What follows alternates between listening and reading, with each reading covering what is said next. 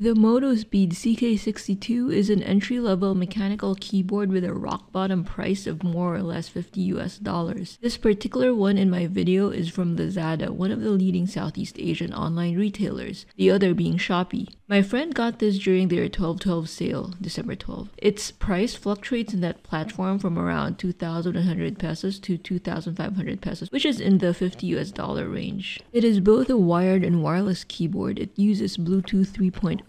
It comes with a nice braided USB-C cable if you want to use it wired. To use it wired, it's not enough to have it plugged in and to slide the Bluetooth switch at the back to the off position. You'll also have to long press FN and tab marked with mode to enter wired mode. It confused me at first. I had to consult the user manual for that. To enter wireless mode, you have to long press FN and tab. It will then auto-connect to the last device you connected to. You can pair this keyboard with 3 Bluetooth gadgets.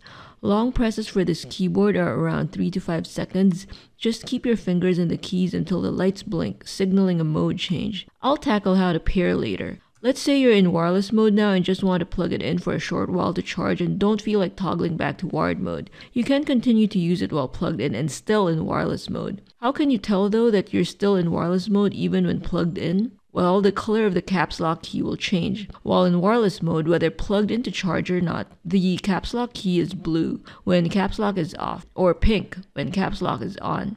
When in wired mode, the caps lock key is either neon green when caps is off or yellow when caps lock is on. To pair it, first make sure that you're in wireless mode already. If you're still in wired mode, then go ahead and long press FN and tab with the mode legend printed on it. Once you see that caps lock is blue when off and pink when on, you know you're in wireless mode. Then you long press FN and Q. There is an icon of some sort below the Q to remind you that this is the button for entering pairing mode. Once the lights blink or change slightly, short press FN and any of the 3 keys representing each of the 3 possible Bluetooth devices you can pair it with, E, R, or T. It's easy to remember. These are all keys in the upper left, beside the aforementioned Q and tab. And below E, R, or T, there are legends printed on them. A small 1, 2, or 3 to remind you that E points to Bluetooth device 1, R to Bluetooth device 2, and T to Bluetooth device 3. I already paired this keyboard to my computer when I was testing this, so let's pair it now with a second device,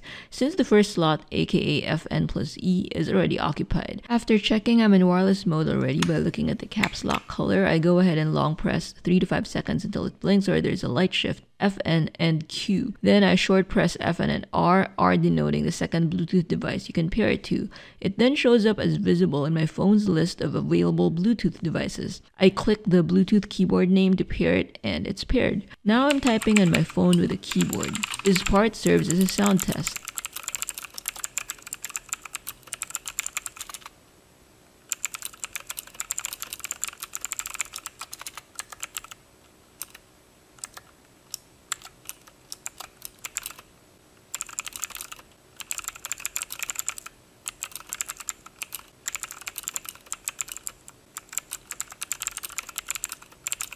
If you want to connect it to the first device you paired the keyboard to, simply short press FN and E. Again, E has a little 1 printed below it, you don't have to memorize. To toggle back to the second device, you click FN+R. If you turn off the keyboard and on again, it will auto-connect to the last device you connected to. So if you last connected to your second device, triggered by FN+R, a small 2 is printed below it. Or in my case, my phone, that's what it will auto-connect to when I turn it back on again. I just click FN+E to reconnect to my first device. If I have a third device, I can use the same procedure to pair this keyboard with a third. I'll just long press FN+Q, then short press FN+T. A small 3 is printed below it. There are some confusing things about this keyboard. Hardware-wise, it's very good.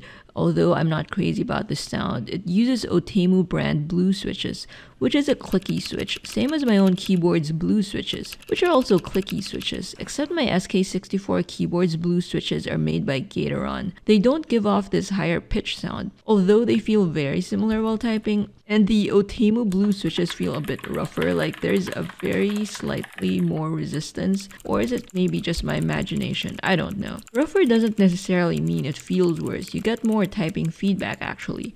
What really bothers me is the sound, but it feels great to type on. So back to the confusing things. The user manual doesn't even cover how to activate the layers that can be activated by long pressing FN and the numbers 1 to 4. Again, there are small legends printed in the keycap to remind you. I had to look online to learn this. I'll share the link below to the tech tutorial that I found that showed me this. To access the function keys F1 to F12 up top, you don't press FN and the corresponding function key, like the way you do with laptops or even other smaller form factor keyboards like this. You have to long press, again, 3 to 5 seconds until the lights blink or there's a subtle shift, FN and 1 to activate the function row layer. After doing this, the entire number row is deactivated and the top row is only for functions. To gain back usage of the number row, you have to long press FN+1 again. What do numbers 2 to 4 do then? I'm glad you asked. FN+2 activates the navigation key layer on the right hand side of the keyboard, mainly home, insert, end, page down, etc. That means if you want to delete just one short thing, you can't just click FN and the key delete a sharing space with, comma and the less than sign. You have to long press FN and 2 and then click the comma less than key, which is now turned into the delete key, and then click FN and 2 again to gain back normal usage of those keys the navigation keys share space with. Long pressing FN and 3 activates the arrow keys in the bottom right. Same thing, you can't just press and hold FN and the key the arrow keys share space with. Lastly, long pressing FN and 4 activates the arrow keys and the WASD keys on the left. Same thing, you cannot just press and hold FN and the respective WASD keys the arrow keys share space with. It's a bit of a hassle if you use the arrow and navigation keys a lot, but if you have an external numpad, for example, that has those functions, or if you just don't use those keys much, then you're good, as this is a solid keyboard at a rock bottom budget price. The blog I learned these steps from says you can use a program called AutoHotKeys to custom program key combinations to get around this, but that's beyond my IQ to learn for a video review. But I'll link to both the tutorials website and the AutoHotKeys software site in the description below. I'm just a casual technology user. It has a large 1300 mAh battery and tons of RGB light options to choose from. It's like a Christmas tree. The stock keycaps are ABS plastic, which allows the light to shine through. The user manual devoted 4 entire pages to describing the various light effects and 0 pages to teaching the user how to activate the FN+1, 2, 3, 4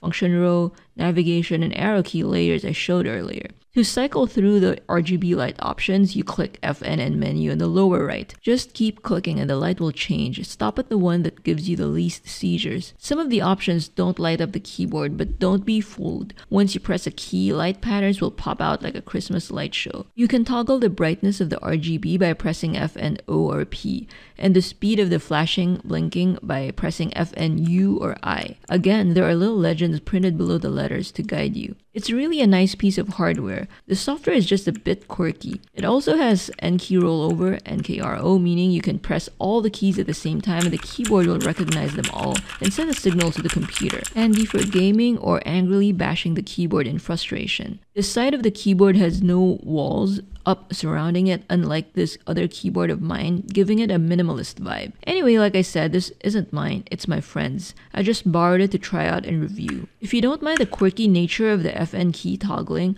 I think you can't go wrong with this keyboard, and you're free to choose Outemu red switches if you don't want these high-pitched loud Outemu blue switches. Thank you so much for watching. Hope you found this video informative. If you did, please thumb it up and subscribe to be updated when I upload again. See you next video.